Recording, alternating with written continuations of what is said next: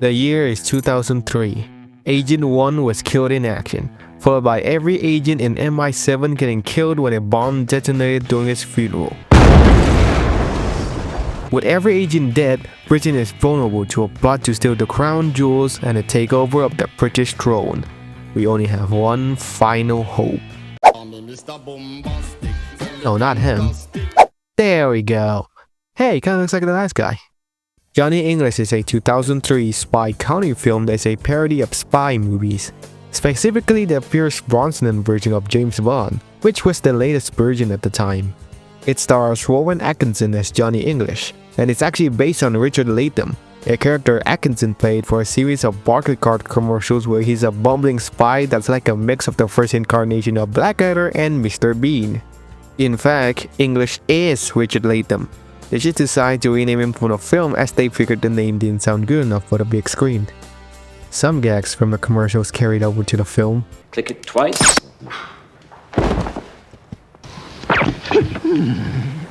Take over for a boff, would you, moment?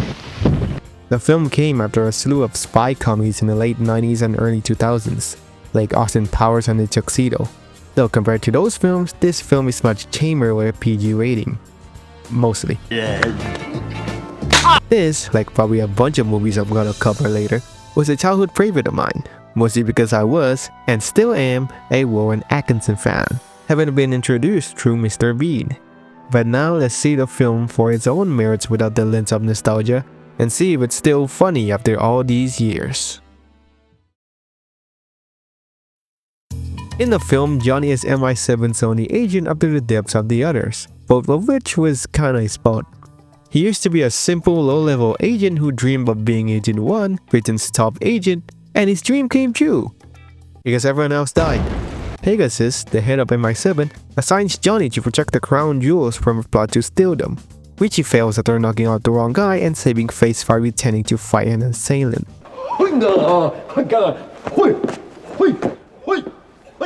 Now English and his psychic bug must figure out who's behind the theft of the crown jewels, eventually discovering a plot to take over the British throne by Pascal Sauvage, a French billionaire who is the owner of a $7 billion prison empire. All the while, English's incompetence threatens to ruin everything. The film mostly focuses on English bumbling his way through the film as he tries to go after Pascal Sauvage, who he correctly suspects is the mastermind behind the plot. But it's not because he had reasonable suspicion, it's because he, for some reason, hates the French. As far as I'm concerned, the only thing the French should be allowed to host is an invasion. He's cocky, he thinks he's better than anyone, and this leads to a lot of trouble as he overestimates the situation and is pretty clumsy. Hell, most of the trouble he gets into is mostly his fault. Bug here is Johnny's more competent psychic, and he's the one to bail him out when he makes a mistake. But Bug often becomes the butt of the joke. Helping them is Lorna Campbell, an Interpol agent who has been keeping tabs on Sauvage as the latter has been suspiciously recruiting criminals and is basically the most competent and badass agent out of all of them, while also being the obligatory love interest to Johnny. Their relationship went fine. The head of MI7 is Pegasus, who is probably the worst boss ever seen on film. He takes the unreasonable boss trope to the extreme as he refuses to listen to Johnny that Sauvage is the mastermind, as Pegasus thinks of Sauvage as a great friend to Britain, to the point he ordered Sauvage to be off the suspect list. While it's kind of reasonable that Pegasus doesn't believe it's Sauvage, considering it's Johnny we're talking about, the thing is, Johnny correctly suspected Sauvage, and Pegasus should have Sauvage listed as a potential suspect even if he doesn't like it. And near the third act, he decides to suspend Johnny after the latter broke into Sauvage HQ, as he is pissed that Johnny did that to his good old friend Sauvage, even though Johnny actually found incriminating evidence.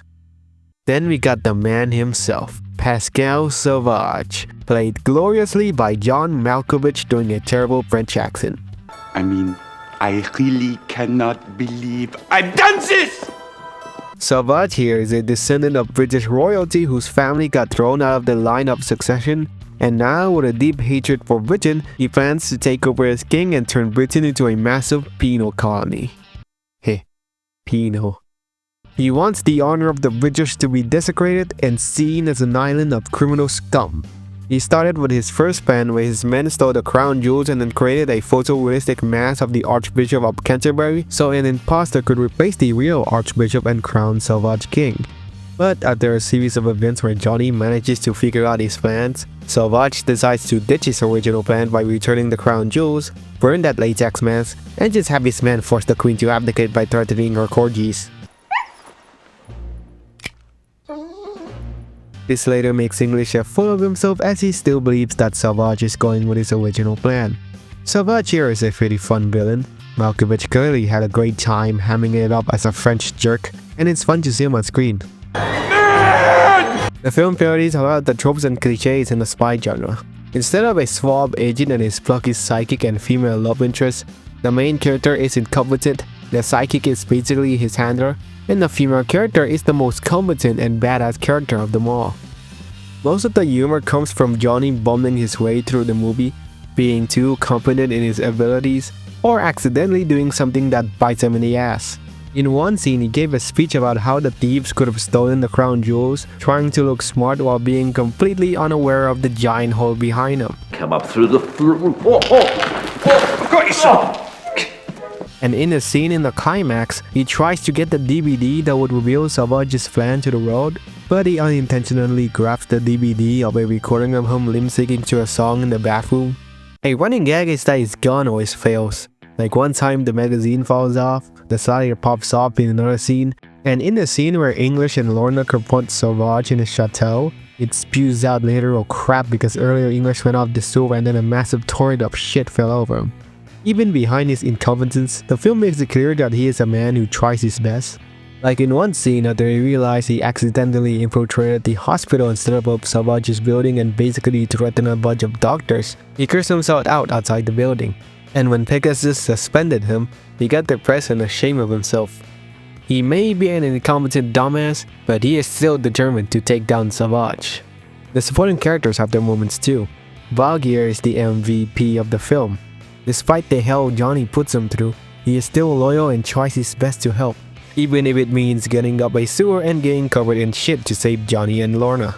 Most of his gags revolve around the fact that he is genuinely helpful to Johnny, with little to no eye-rolling at Johnny's antics, as they both share the same energy, just that Bug is more competent and unlucky. Lorna is like a character who should have been in a more traditional spy movie where she's the badass action girl. Instead, she's in a spy comedy where the main character is a bumbling fool and his psychic usually enables his antics. Most of her scenes revolve around how she is very much out of place because she's too professional. She bails them out often, and she only fails because Johnny messes things up. Even if she really wants to kick Johnny's ass, she has to accept that this is the best agent Britain has, because everyone else died. And she eventually warms up to him, entering a relationship that absolutely goes well.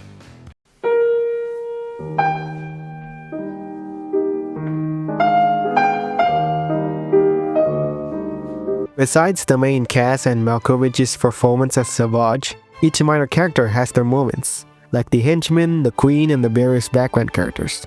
It makes the film's world feel like a sort of serious world that is also infested with a case of whimsy. Even the most serious of characters can get away from ridiculous moments. This is a world where the modern British monarchy apparently has immense power yet doesn't use it. Security at a secret spy organization is so poor that every agent is killed at a funeral. And you are king or queen the moment you are crowned. An example would be the climax where after a series of shenanigans where Johnny tries to follow Salvage's plan, he falls onto the throne and is crowned king instead of Salvage, which he uses to get Salvage arrested and return the throne to the queen. Another point is the action sequences, and they're pretty awesome. There's a car chase where they're trying to catch up to some henchmen who are driving in a hearse, but Johnny's Aston Martin is put into a tow truck because he parked in a non-parking zone. So they decide to steal the tow truck with the car in the back, with Bug driving while Johnny tries to get into the Aston Martin, chasing the hearse while trying to get the damn Aston Martin on the road, with some probable misuse of the gadgets on the car. There are also the many gunfights, the parachuting scene, and sneaking around in Salvage's buildings. All very awesome and hilarious. Complementing the film are the fantastic music by Howard Goodall, who did the main theme, and Edward Shimmer. They're based on the music from the Latham commercials, which was originally composed by Goodall, and Shimmer made them feel more epic and exciting in the film. It's no good, sir. They're too far ahead of us. Have faith. There's also the opening title song Man of All Seasons, which was sung by Robbie Williams and produced by, unexpectedly, Hans Zimmer. I was pretty shocked to see Hans Zimmer in the credits, though he did start his career by producing songs. The song's quite a bop, and I do find myself sometimes humming or singing to it. A man for all seasons, loves them and leaves them alone. As I mentioned in the beginning, the film has a PG rating, and compared to most PG-rated films, it has some stuff that kinda pushes the limits of the rating. We got gunfights, some swearing, My fragrant French ass! a drug English accidentally getting his face in someone's bosom, and a man getting his ass shown on screen. Hell, it felt like a PG-13 movie that was slightly toned down so it could barely qualify for a PG rating. No must miss an touching cheese side chin chin gat sweet demasio. Not that I object to that. I think it's a great film for families. In fact, it's probably the tamest spy comedy of its era that you can watch with your family, which I consider a strength. I just find the PG rating somewhat intriguing considering some contents of the film. But now let's talk about the flaws of the film. Some gags are pretty predictable. I don't like scenes that revolve around misunderstandings, whether it's for drama or comedy, and I would cringe when I realize that a gag is going for the misunderstanding route.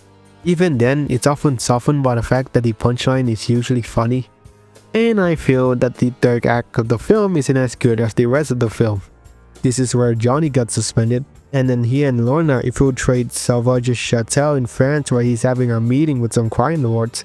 They get caught, Bog frees them, and the climax is them confronting Sauvage at the coronation. Well, there are some good gags that kept me entertained, especially Johnny getting crowned. Half of the gags there don't hit as much, and the attempts at character development feel kinda sloppy. For one gag specifically, I really don't like the scene with the Archbishop.